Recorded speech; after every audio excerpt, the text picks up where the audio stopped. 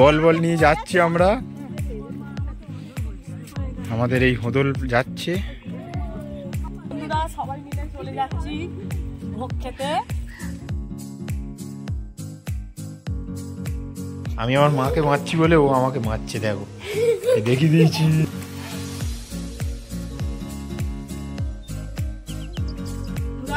সকালবেলা সমস্ত কাজ হয়ে গেছে, কাজ সেরে আর চলে এসেছি। এই যে আজকের মিচড়ি আর মৌরি কালকে রাত্রে ভিজিয়ে রেখেছিলাম, সেটা ছেঁকে নিচ্ছি, খেয়ে নেব। আর সকালবেলা তারপরে টিফিন ফিফিন বানাতে হবে। শুভ সকাল বন্ধুরা, তোমরা কেমন আছো? আশা করি রাধা গোবিন্দের কৃপায় ভালো আছো, আমিও ভালো আছি। এই যে জলটা ছেঁকে নিচ্ছি, জলটা ছেঁকে নিয়ে তিনজনেই খেয়ে নেব। খাওয়ার পরে তারপরে টিফিন বানাতে যাব। 500 দুধ ছিল, ছেঁকে নিয়েছি। ছেঁকে দুধটা বসিয়ে দিচ্ছি। একটু রুটি করব, দুধ রুটি খাওয়া হবে আজকের দুধ রুটি খাবো। আর মাকে চা করে দেবো, মা চা দিয়ে রুটি খেয়ে নেবো। আমি দুধটা বসিয়ে দিয়ে এবার আটা মাখবো। এই তো দেখো আমার আটা মাখা হয়ে গেছে। আর ওইদিকে দুধ ফুটিয়ে নামিয়ে রেখেছি। আর তারপরে তাওয়াটা বসিয়ে দিয়েছি গ্যাসের উপরে, তাওয়াটা গরম হচ্ছে। আর আমি দেখো রুটিগুলো একটা একটা করে সেঁকে নিচ্ছি। আর আমি নয়, একটা করে রুটি মানে তাওয়াতে দিই, সেটা হয়ে গেলে আবার সেঁকে নিই।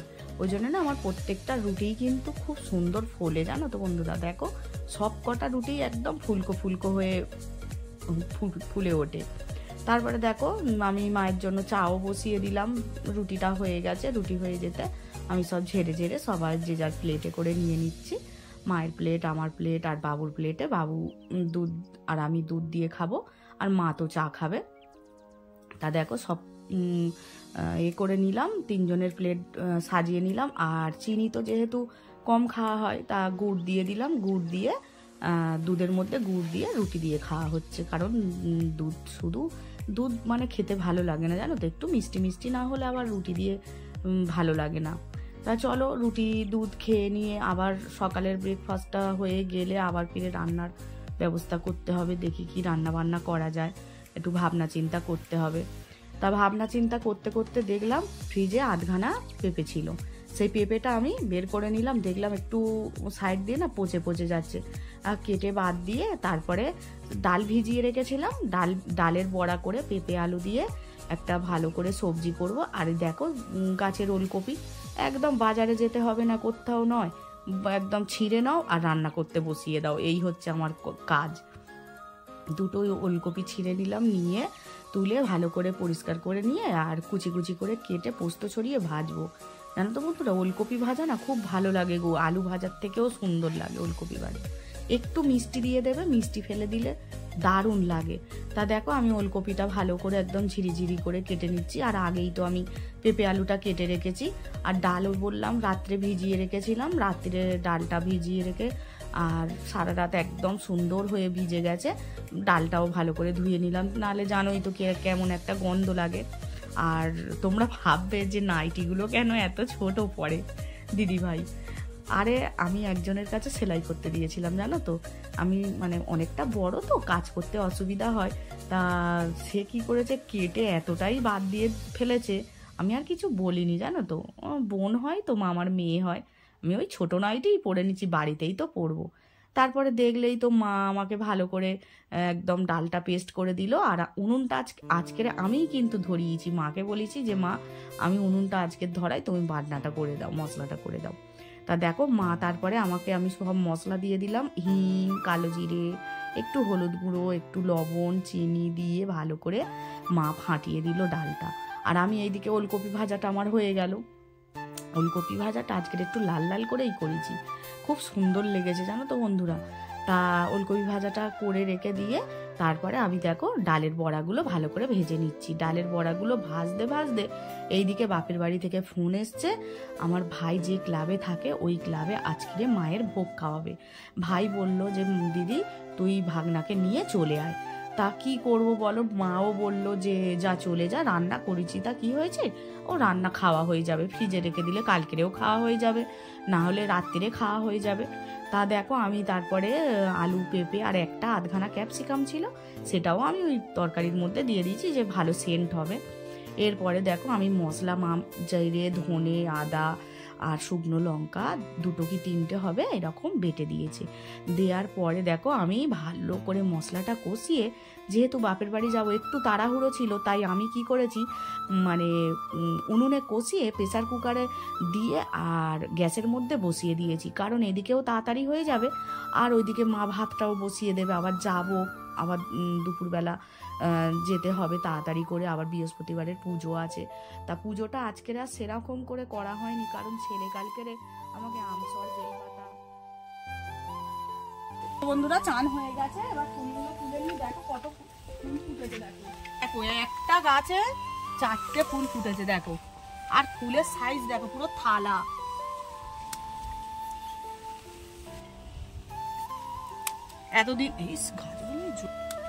এতদিন শীতের ফুল দিয়ে সব গাঁদা ফুল দিয়ে পুজো দিয়েছি, এবারে দেখো জবা ফুলের সিজন এসে গেছে।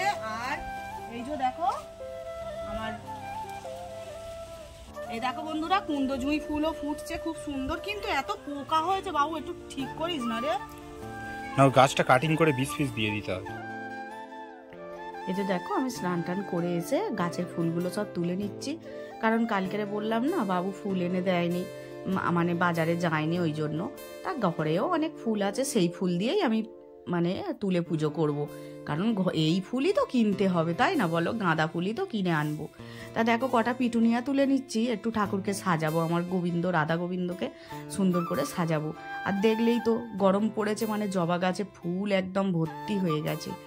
মানে আজকের একটা গাছে 4টে ফুল ফুটেছে, এত ভালো লাগছিল ফুলগুলো যে কি বলবো। আর সাইজগুলো শীতকালে না জবা ফুল সাইজে ছোট হয়ে যায়, আর গরমকালে এলেই না কি মানে বড় বড় হয় একদম থালার মতো।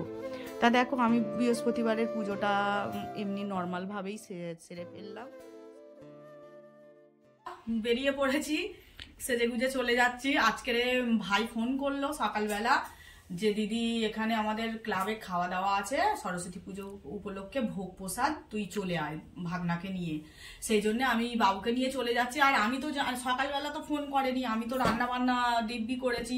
তা মা বলছে তোরা যা, ও বেলা নইলে ওইগুলো খাওয়া হয়ে যাবে এখানে। তা দেখো আমি পুজো টুজো দিয়ে নিয়েছি, ঠাকুর মশাই যদি আসে ঠাকুর মশাইয়ের সব কিছু জোগাড় করে রেখে দিয়েছি, ঠাকুর মশাই এসে পুজো করে নেবে। এবার আমরা বেরিয়ে পড়ছি, চলো। এই দেখো আমি আমার মাসির বাড়ি চলে এসেছি। মাসির বাড়ি আর বাপের বাড়ি পাশাপাশি। মাসির বাড়ি কেন এসেছি বলো তো, আমার মামার মেয়ে এখানে আছে, ওর মেয়ে হয়েছে। আমি আমার মাকে মারছি বলে ও আমাকে মারছে, দেখো দেখিয়ে দিয়েছি, পিপির সাথে বেরোচ্ছে, দেখো চলে যাচ্ছি। চলো সবাই মিলে দল বল নিয়ে যাচ্ছি আমরা, আমাদের এই হোদল যাচ্ছে। কাকাকে হাই করো, কাকাকে হাই করো, কাকা তোমার পিসি মশাই সব দেখবে তোমাকে, দেখো। বন্ধুরা সবাই মিলে চলে যাচ্ছি ভোগ খেতে।